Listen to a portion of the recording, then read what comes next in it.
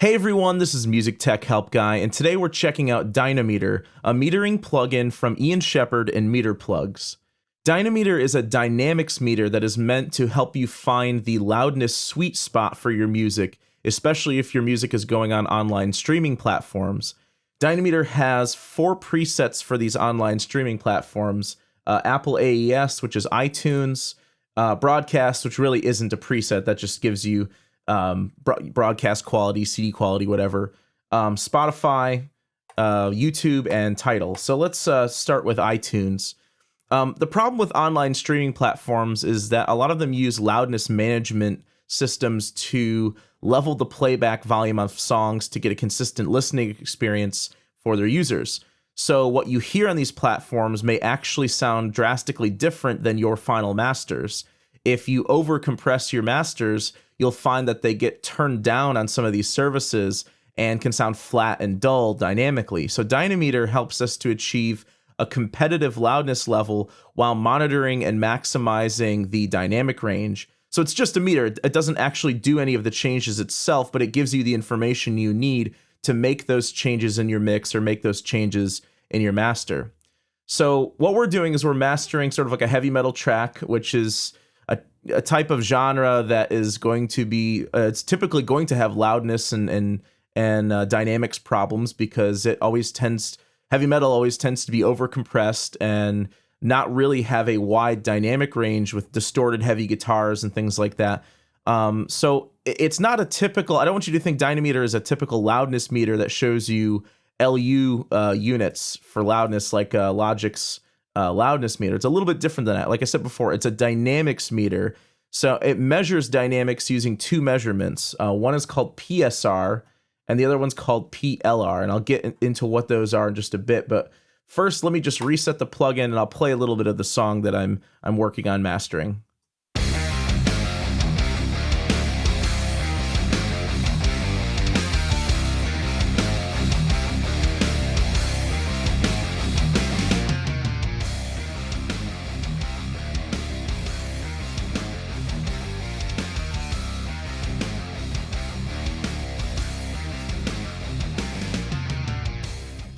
All right, so in the PSR area here, the PSR history area here, you'll see that, and by the way, you can click on this to zoom it in or zoom it out. You can also hold Shift to zoom it horizontally. You'll see at the beginning when I had the limiter really cranked down, we've got this green area that looks rather flat, and then we've got this blue area where I pulled the limiter up a bit, where it's got a little bit more dynamics to it, and it's a little bit more blue. So this area is a measurement of the song's PSR. Now, PSR stands for peak to short-term loudness ratio, while PLR stands for peak to loudness ratio. So PSR is a short-term 3-second measurement, while PLR is a measure that can take an entire song or even an album to get a proper reading on. So this is sort of like a long-term measurement, and this is a short-term measurement. So for the most part, we'll be playing back short sections of the song and monitoring the PSR, but in the end, you can listen to the entire song and meter the entire song and get the PLR level as well to get a long-term readout of your whole song, or like I said, even a whole album. So the PSR display, let's start with PSR. The PSR display is color-coded. More dynamic material will show in green, blue, and purple, whereas material with like very limited dynamics will be colored yellow, orange, and red. So let me really crank down my limiter here, and let's play back a section and see some of that.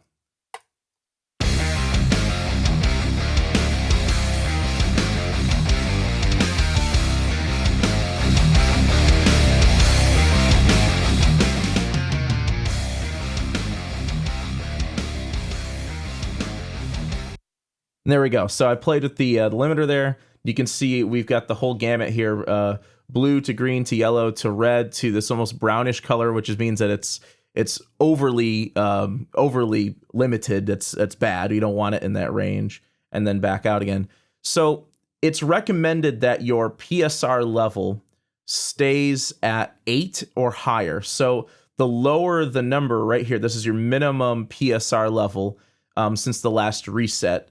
That is the actual readout. This over here is the target level based on what preset you're using. Now there's 4 presets: competitive, balanced, wide, and limited. So competitive, it has a PSR target of 10, which is competitive loudness. That's roughly the loudness level or dynamic level of records that are out now. Balanced gives us a little bit higher PSR level, which gives us a little bit more dynamics and less limiting. Wide dynamic range is 14. And then heavily limited is the limited setting, which is at 8, which you really do not want to go below 8. So you can see we did a bad there, and we went down to 5. So that's not good. Let's reset it, and let's go to the competitive preset, and let's shoot to get the loudness level on our song to around 10 or 11 to be at the target level for the competitive preset. So I'm just going to start the threshold of the limiter all the way up here, and I'm going to pull it down and find and sort of get to that level.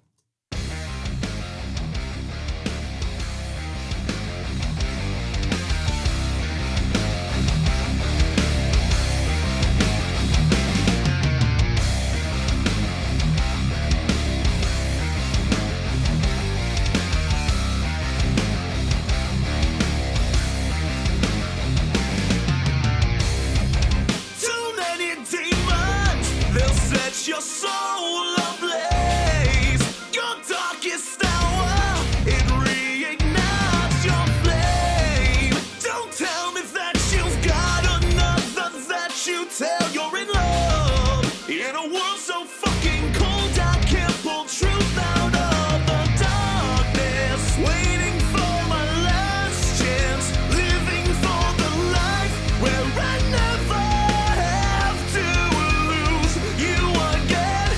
So much more to life than bringing. All right, cool. So I just had to listen to the front end of the song there. Once we got to the verse, it sort of kind of went down a little bit below 10. So I pulled up the threshold and the limiter to about -6, and that worked out all right for us.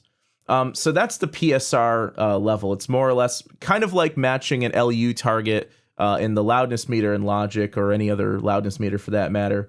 But again, it's telling us dynamic levels. Now you can see that our PLR is also at 10. And for our preset, which we chose, our platform rather, at which we chose iTunes, it has a PLR level of way out here, like somewhere more towards 16. So it's actually telling us that we have a PLR and PSR level that are roughly the same. So what does this tell us? Well, if our overall loudness level is too low, it means that we probably need to go back into the song, into the mix, and we can pull off and lay off some of our compressors. You're talking about a genre that's so musically rich and harmonically rich and dense, it's very difficult to get good dynamics on. So I'm just going to leave that alone. But here's the thing. If we switch the platform to something other than iTunes, like if I switch it over to Spotify, for instance, you can see that we're actually we're within spec for Spotify. We're just fine for Spotify. If we move over to YouTube, we're still pretty much around spec. And the same thing goes for Tidal. So iTunes allows for a little bit more wide dynamic range overall over the course of an entire song or over the course of an entire album. So you can use these two numbers as a tool to compare loudness between two different tracks that are maybe going on the same EP or multiple songs on an album, or maybe just for a single like this where I want to get the volume levels and loudness levels and dynamic levels optimized for a specific platform. Another note on your PLR readings, if you're mastering 2 or more songs together, say for an EP or an album, you may have different songs with drastically different PLRs. If, like, say one song is the same dynamic throughout, like this song, it's heavy and guitar driven throughout the entire song, whereas another song may, cut to piano and acoustic guitar or something in the verse, and then the chorus, it gets heavy again. So a song that has sort of like the ups and downs and dynamics is going to have a higher PLR value than say a song that has the same or similar dynamic throughout the song. We could also use this information to maybe just dial back the threshold on our limiter and maybe pull this back and let some of the dynamics come through and maybe we'll end up with the same or similar PSR, but a drastically different PLR. So let's give that a listen. I'll pull back the threshold to about -3, and we'll see what that sounds like. In a world so goddamn cold, so livid, I can see it right in front of me. When you live by the knife, you bring darkness into light.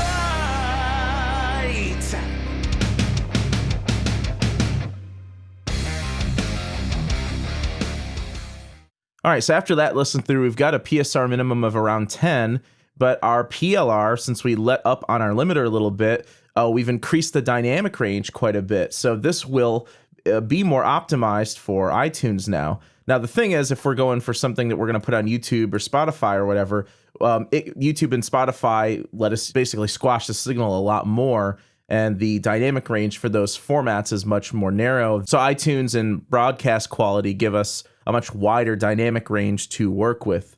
So that's the Dynameter plugin from Meterplugs. It's a very useful plugin for, again, just metering your dynamics and making sure that your music isn't over limited.